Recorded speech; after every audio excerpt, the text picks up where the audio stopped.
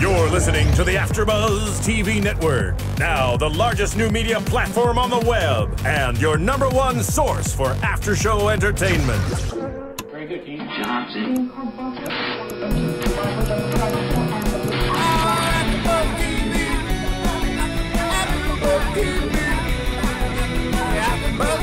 From the AfterBuzz Studios in Los Angeles, California, presented by Maria Menounos and Bing.com, and streaming live thanks to Akamai Technologies, this is AfterBuzz TV's The Secret Circle After Show. We'll break down tonight's episode and get you all the latest news and gossip. If you'd like to buzz in on tonight's show, you can buzz us at 424-256-1729. That's 424-256-1729.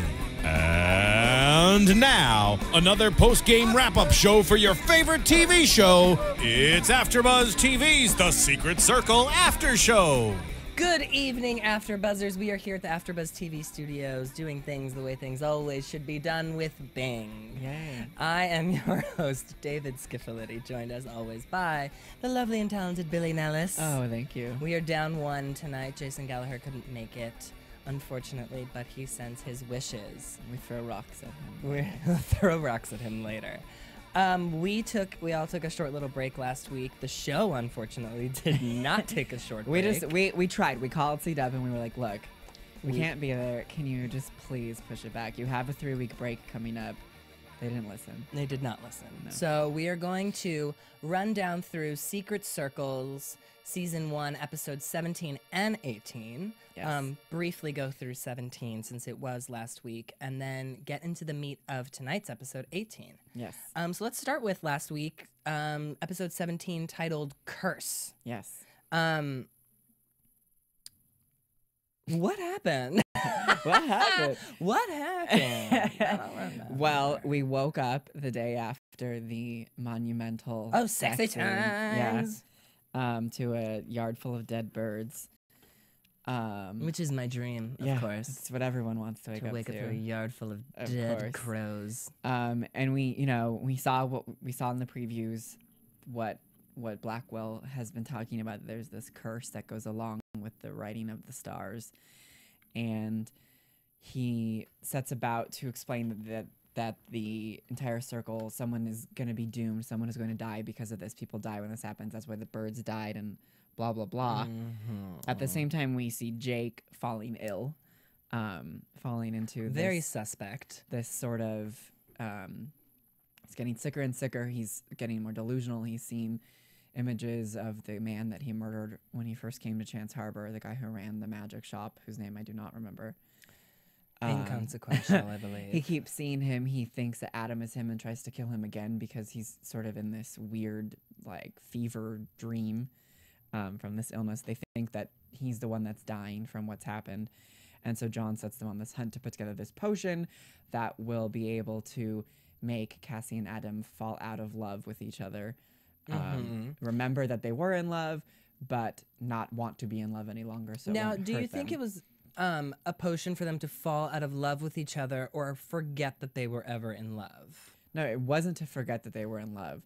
It was specifically not to forget that they were in love, but it was explained that they would remember that they were in love, but it would be like a really great story that somebody once told them. Okay. And they would know that it existed, Makes they would sense. know that it happened, right. but it wouldn't have any sort of bearing on them emotionally. Right.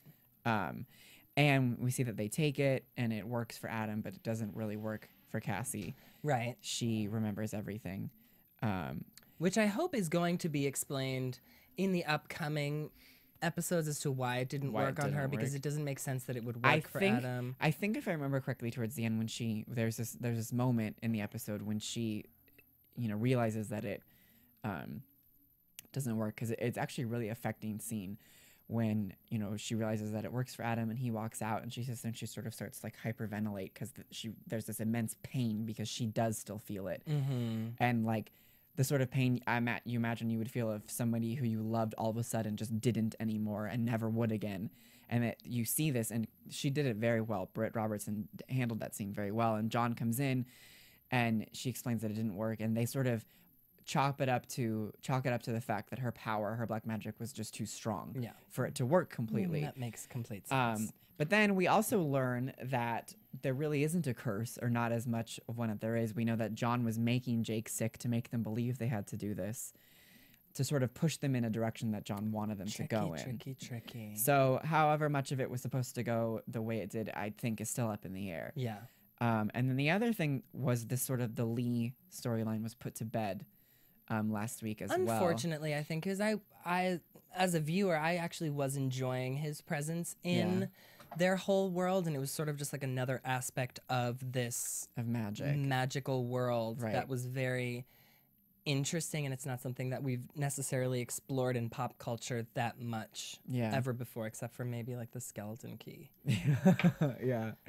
But so we see that when his girlfriend at the end of the episode prior puts that, she ages him. Right. We do find out that actually did kill him, and Faye's sort of trying to figure out what happened, where he is, and there's this cat and mouse game going on between her and the girlfriend.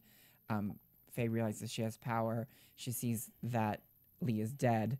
The girl says that Faye has to fix it because it's her fault, because it's her power that did it. And Faye sort of is trying to appease her, while at the same time trying to sort of stall to find the totem, because she sort of pieces together that if she breaks the totem, the power will be broken. And so she eventually does. I mean, long story short, because it doesn't matter any longer. Right. She finds the totem through a sort of scuffle. She does break it, and the power is instantly gone from the girlfriend. And Faye leaves the girlfriend to do what she wants to do, and I'm assuming we'll never see them again.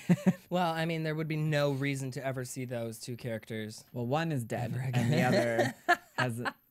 Well, one's dead, so there's no way we can see him. Right. So, and then that was where we ended with Curse, really. I mean, I think it was like an effective episode, but it wasn't necessarily...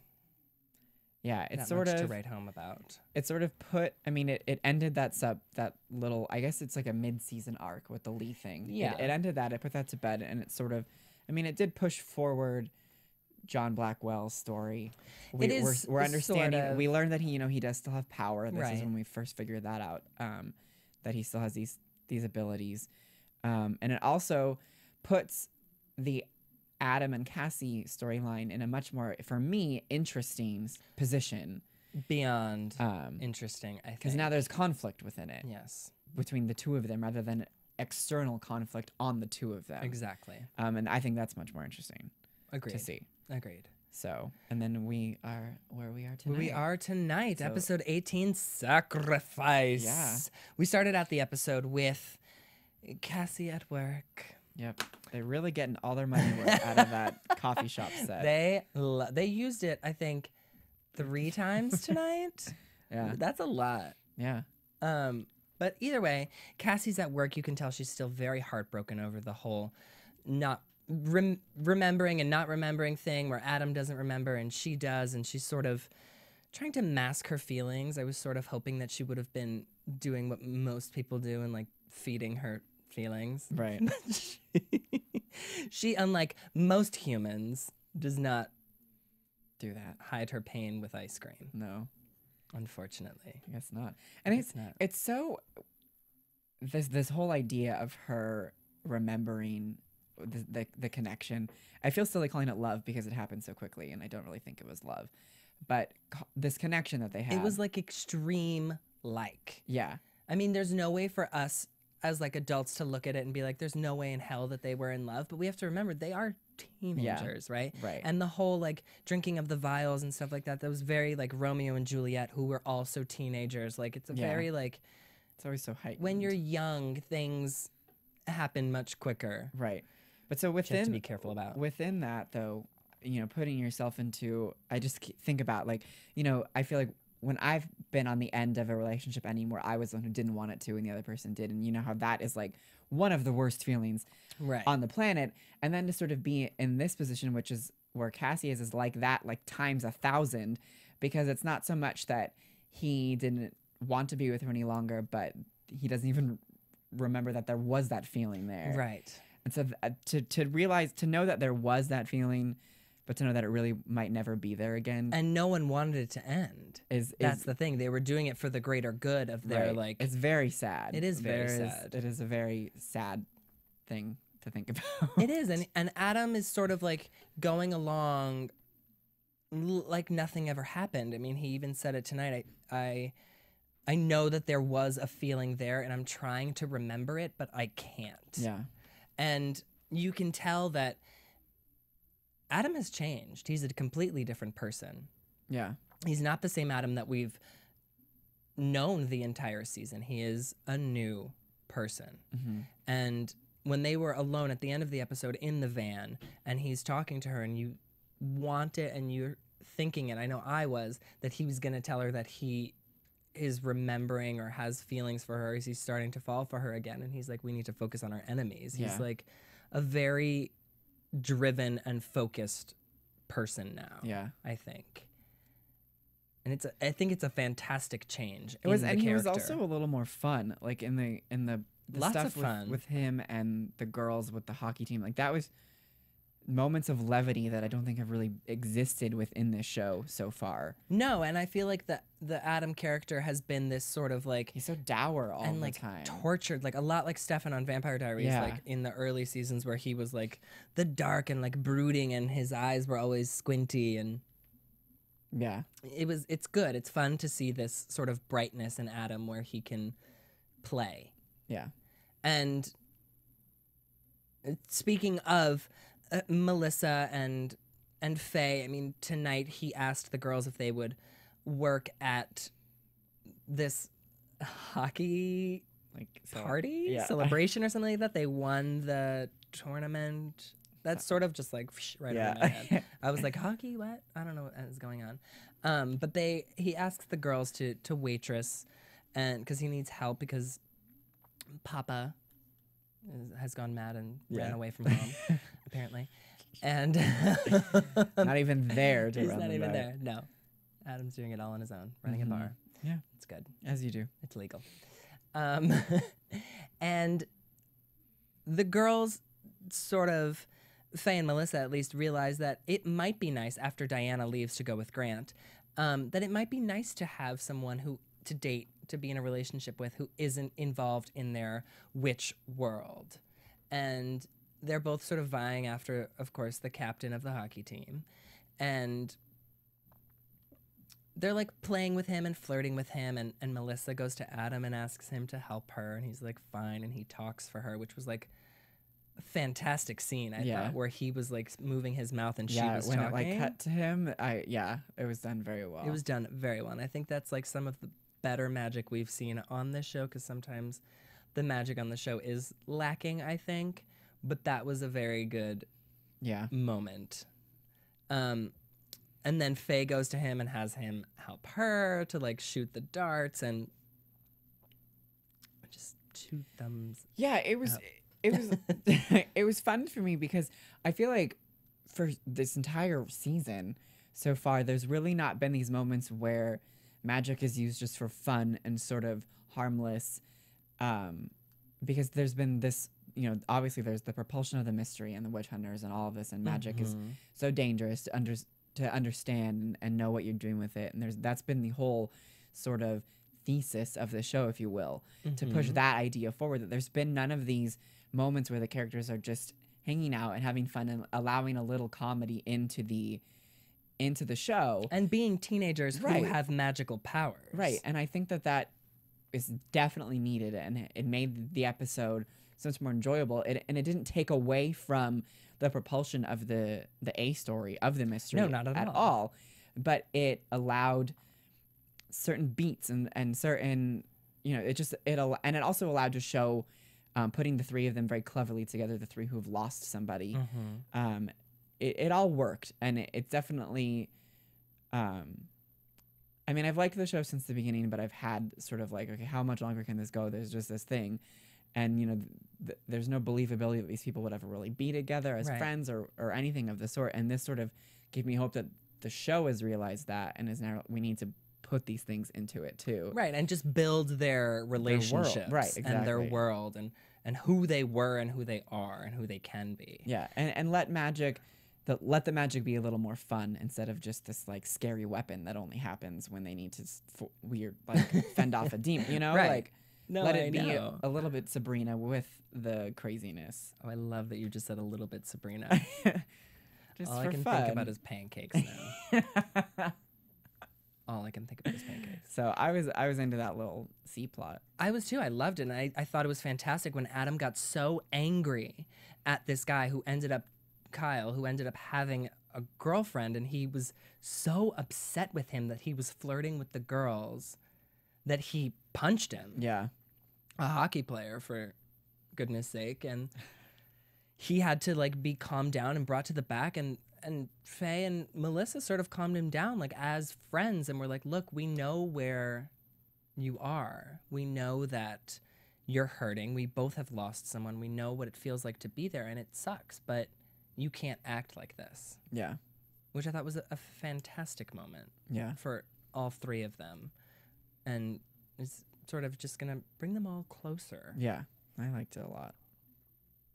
Diana, on the other hand, Grant is mysteriously back. Mm-hmm. And it seems like on the show, he's been gone for months. Yeah. Where, for me, it seems like he was just here 2 episodes ago. Yes. There's no way in hell that a few months just spent Yeah, I don't know how much time is supposed to have passed, because the end of the episode before Curse ends the night before Curse starts. Right. So that was 2 days. And we can maybe factor in a couple more days. Yeah. So possibly maybe a week. So where did they go? I have they no went out idea. Just to catch some fish and come back in, or? I mean, that's what it seems like.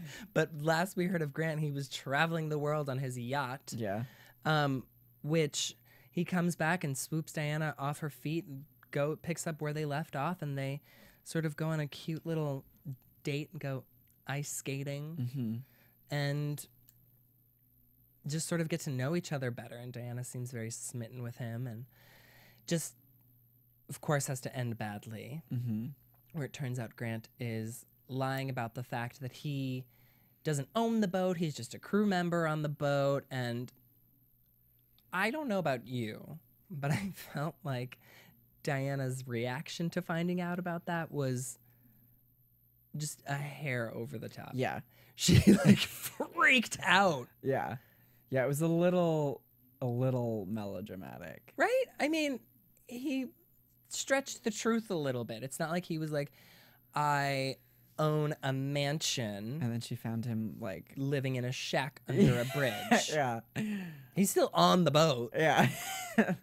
The boat still exists. He's Right. just like, he changed to the truth. And he said to her he wanted to impress her. And he has always been happy with who he was and what he was doing on the boat. But when he saw her twinkling smile, that he just felt this need to impress her. And yeah, I mean, it was still sweet. It was all very charming. It was. And it sort of, I mean, we talked about it the last time we were here 2 weeks ago when we met Grant, and how we thought we couldn't understand a word he said. I couldn't understand him either. But how it was just great that they're bringing in this non-magical person who they, can pursue and have this sort of normal storyline with. And to see how it will be for her to be a witch and to date him. And because the interesting thing is with how angry she got with him about lying, but she is essentially lying to him as well. Right. And so I think that will be very interesting to push that forward if Grant sticks around and they do date when it comes time for her to reveal things. If she's going to, or just break things off. Yeah. Because she did say to him, in my world, there is no room for liars. Liars are dangerous in my world. And he says, what are you, a spy? And she's like, no. And so it was, I mean, it's all cute, and I'm happy it's there, because they don't want either girls to date the bad guys or to just date within the circle. Right, because there's only 2 guys. Yeah. So I'm happy it's there, and I don't know, I think he's charming, so I'm praying he does not turn out to be a villain. I mean, I don't think there's any way that he could turn out to be a villain. I think it's good to have somebody. I think if he was, we already would have been foreshadowed with it. Yeah, we would have seen something. We would have seen something by now. But it's good. He says, give me 1 more day. And she's like, all right, fine. 1 more day to prove that you're not a psychopath. Yeah. So she gives him that, which is good. Yeah, it was cute. It was very cute. But on to the meat of the story. Yes. The witch hunters are back, and they are back in full force. The episode had started off with this kid and Evan. Is it Evan or Eben? It's Eben. I saw on like the info on DirecTV. It was spelled E-B-E-N. Yeah, okay. It's Eben. Because for the longest time, I thought it was Evan. I thought it was Evan, and they were saying Evan. And tonight it was very clear that they were saying Eben. Yeah. I don't know when that changed. I don't know when that changed either. But if you know out there, call us 424-256-1729. Call us even if you don't know. And yeah, just call us if you don't know. Just call and say hi. But Eben is chasing this kid through the forest, and it turns out he is one of the witch hunters. And from him, we find out, I think, a little bit more into what happened 16 years ago on the boat fire and why it happened. We find out that Eben is trying to summon demons. And let me find my notes about this, because I did try and write some extensive notes. And this is not it. He's trying to resurrect them and use their power to destroy the witch's powers. Which turns out was what Blackwell was trying to do. And apparently he had to sacrifice a mortal. But Blackwell didn't actually sacrifice a mortal. But did he? He claims he claims that he didn't have to, and that his Balcoin blood was enough to bring the demons forth. And apparently he was trying to like have an army of demons. He was giving them bodies, like mortals' bodies. And it turns out Samuel is the first of Eben's demon army, I guess. Which Blackwell mysteriously finds out on his own. And he tells Cassie to gather up the circle, meet them at the house, meet him at the abandoned house, and he is going to help them seal up the ground, which is the only way to prevent the demons from rising. Cleverly enough, he goes on his own. Right. Because I mean, there had to have been a moment, and I don't think it was shown to the viewers. I don't think there was sort of like a tip-off, unless I missed it entirely, that he knew that Samuel was already possessed. But he clearly knew that, which is why he sent them away, because he didn't want them around when he was going to do what he was going to do to Samuel. Right. In case that the demon jumped, as we know they're able to do. But that whole bit with the circle when he was that was pretty cool. Like it was awesome. That whole thing out in the wheat field or wherever the hell they were looked like a burned down playground.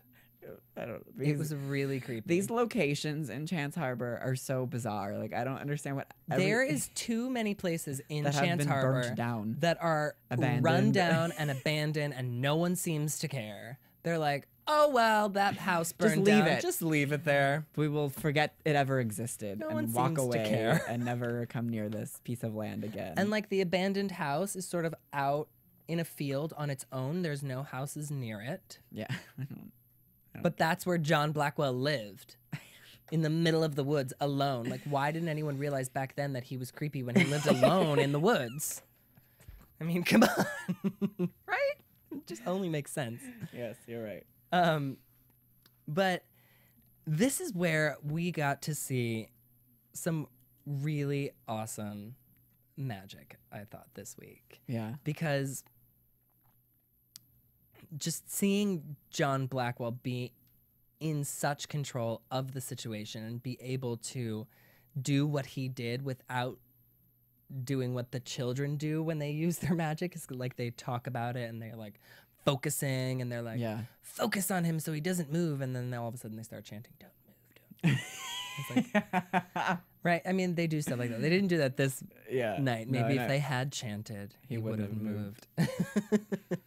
But he has such control over his power that it's good. It's nice to see an adult with magic still who knows what they're doing. Yeah. And it was really, really cool. I mean, he blew him up, or like literally he imploded. Yeah. It was awesome. Yeah, that was pretty cool. Unfortunately, it wasn't enough to stop Eben, but Eben did get possessed by many, many, many demons. And then we cut to the abandoned house where John Blackwell gives his Braveheart speech. Seriously, his William Wallace moment. We said that to each other. Like I was thinking it, you said it. Like it was weird. It was weird, but he was giving. Awesome. It was like General Patton, William Wallace. Like it was just one of these speeches. He was riling up the troops. He was getting them ready for the good fight, for the war. Yeah, for this epic battle to come. And he was telling him they're now willing to sacrifice their own. We are going to have to basically do the same. Yeah. And he tells them that as the Circle alone, they are not strong enough anymore to fight Eben. He's stronger than them. But with their... David, yes, it sounds like somebody wants to weigh in on it. So oh, really? Let's go to our phones. Okay. Hi, caller. What's your name? Where are you calling from? Hey, what's up, Casey? Hey, Casey. How's it going? Pretty good. How are you guys? Good, thank you. Did you watch tonight's episode? I did. What'd you think? I thought it was a pretty cool episode, especially towards the end with the whole demon aspect. Kind of see where things are wrapping up with the crystals, and so it's kind of cool to see that. Well, now knowing, I have a question for you, Casey. Knowing that John Blackwell had lied to the kids about having magic and had lied about the curse and everything like that, do you think possibly this might be a ploy for him to get all the crystals in his possession so that he becomes like the master witch?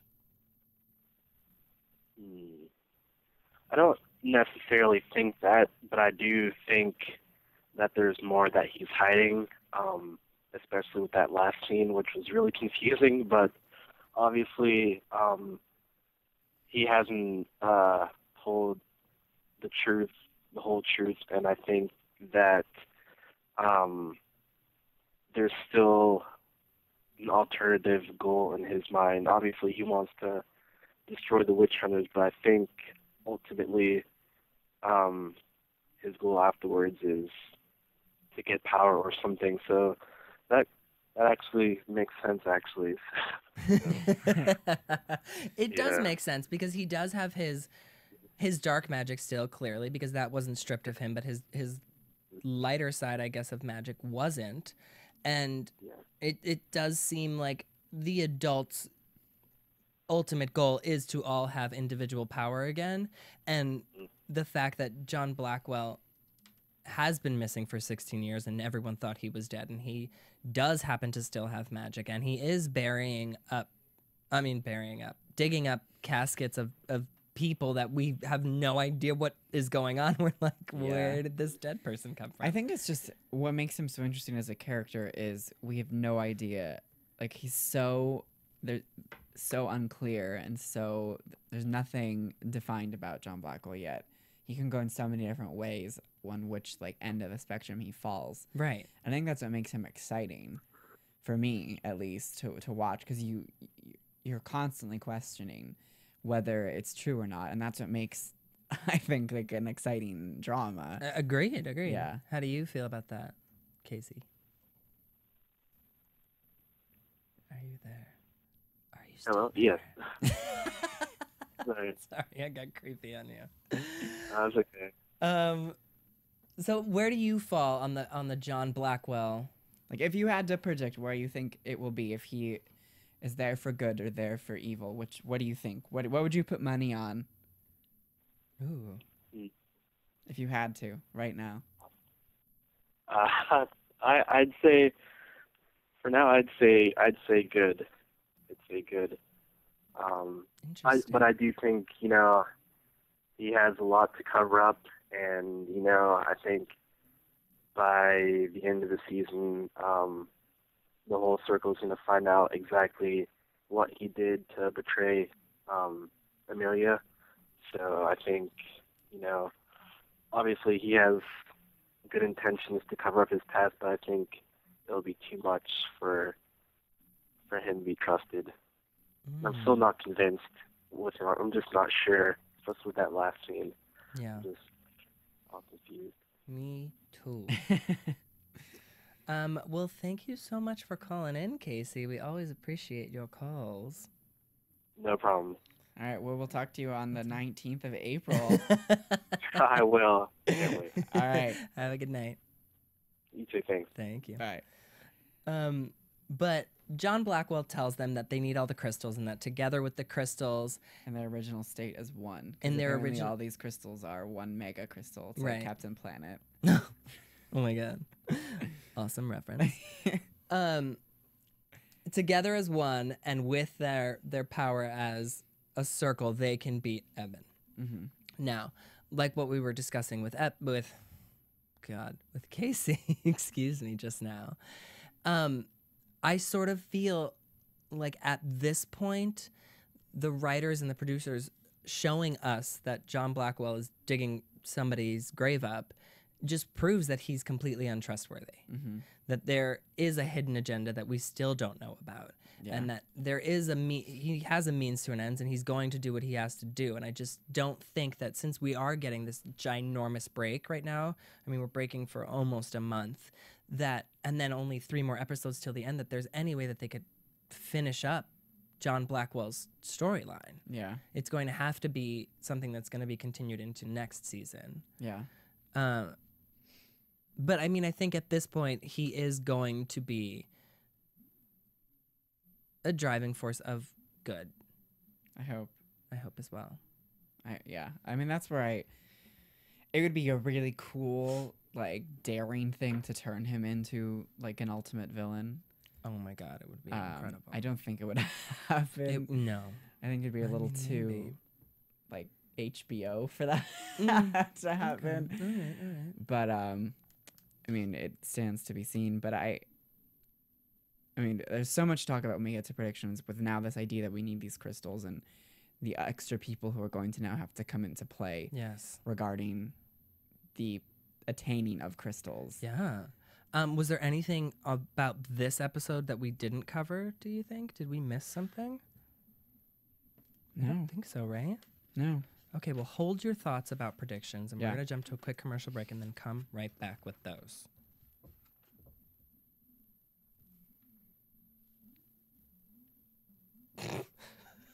AfterBuzz TV.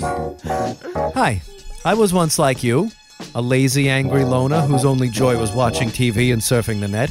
And, like you, after I'd see one of my favorite TV shows, I'd be so excited and have so many questions that I'd actually have to talk to my douchebag coworkers about it at the water cooler. Then I discovered AfterBuzzTV.com. AfterBuzz TV produces after-show webcasts and podcasts for TV series of all kinds, like post-game wrap-up shows for all your favorite TV shows. AfterBuzz TV hosts are industry insiders who break down episodes of shows, take calls from fans, and interview cast and crew from each series, with over 60 different after shows, from Boardwalk Empire to American Idol to Vampire Diaries to Real Housewives, and more. Now, after a night of TV, I can ignore my stupid coworkers, who I hate, and go straight to my desk and watch or listen to all my favorite AfterBuzz TV after shows, and have all the TV fan interaction I need. Thank you, AfterBuzz TV. AfterBuzz TV. What do you want to buzz about? Welcome back, everybody. Unfortunately, we did not have any time tonight to do any news and gossip for you, so we will get that back to you next time we are here on April 18th. So just 19th. April 19th, excuse me. We do have a big break. Yeah, just 3 a reminder, weeks, I 3-week think. break, and then we come back for 3 more episodes, and then we're done. Mm-hmm. Hopefully we'll be back in the fall. There's been no renewal yet, so we don't know. But let's jump into predictions. And now, your AfterBuzz TV predictions. It's so hard to predict what's going to happen in 3 weeks, because I feel like so much could happen in that 3 weeks in the world of our show. Yeah. We can't, like... But there are some things that I feel like we saw in the preview. Yeah, I mean, they're definitely going to address Dawn and John's relationship. Oh, right. And what we've all God. sort of been wondering who the other Balcoin child is. And, you know, we've all, you and I, many a nights have here Discussed said that Faye. we think that it's Faye, and it seems the show wants us to believe it's going to be Faye. Knowing what we know about shows like this, them wanting us to believe that it's Faye, chances are it won't be Faye. Or they know we know, and it will be. And you never know with them. Like, you really don't, because I think watch It's Melissa. Because I think they just know that the viewers are so savvy now. Like, we know the tricks that they play in these things, and so they try and play on that, and they will make you think what really is going to happen won't, so that you will then be surprised when it does. Right.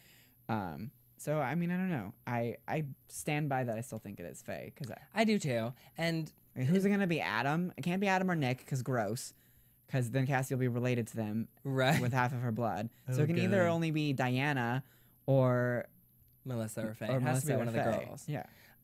And what is more interesting is that they're reading somebody's like journal. I guess it has to be John's journal or Faye's mother's journal, where they realize that their parents had a relationship, like a secret rendezvous there. So they have to find 5 crystals. And we know that Dawn and Charles have 1. Dawn and Charles have 1. Or do they have 2 and 1 that doesn't work? Oh, you're right. So they have 2. Cassie says she has 1. When she found that, I don't remember. Oh, yes, she has her grandmother's. That's right. Okay, so she's got her families. So that accounts for 3 of the 6. 3 of 6. So there's 3 more out there somewhere. So I think next we're gonna start seeing some grandparents. We're gonna start seeing grandparents, and I think we're gonna start seeing a lot more of them uncovering of their like families' books. Yeah. And getting into like the history of each of the families to try and figure out where the crystals are, because we only have 3 episodes left when we come back, so they have to sort of find them quickly. Yeah. And what's so interesting is now this puts Dawn and Charles really in the mix of this. It does. Because it will affect them as well. Yeah, and I mean, they will have to either have their crystals stolen from them, or they will have to be sort of told what's going on. Right. Because they really don't know what's happening at the moment. They don't have any idea, but it seems like the kids still haven't told them that they have magic powers yet, even though they know that they have magic powers. I mean, it's just... So it'll be interesting to see whether Dawn and Charles want to help. And I mean, it's going to be... Or if the kids even go to their parents to talk to them where they about can go. And I mean, I think it would be kind of cool if we saw like all of the witches come together. The entire lines, like the grandparents like Ethan, and the parents. And they all... That would be amazing. Band up like some sort of X-Men troop. That would be awesome. And put their crystals together and with their powers combined. Oh my God. I am Captain Planet. So we'll see. Who are you? Well, until April 19th, we would like to say thank you for tuning in. Yes. And we will see you in 3 weeks. Adios. From Bing.com, executive producers Maria Menounos, Kevin Undergaro, Phil Svitek, and the entire AfterBuzz TV staff, we would like to thank you for listening to the AfterBuzz TV network. To watch or listen to other after shows and post comments or questions, be sure to visit AfterBuzzTV.com. I'm Sir Richard Wentworth, and this has been a presentation of AfterBuzz TV. Buzz you later. The views expressed herein are those of the hosts only and do not necessarily reflect the views of AfterBuzz TV or its owners or principals.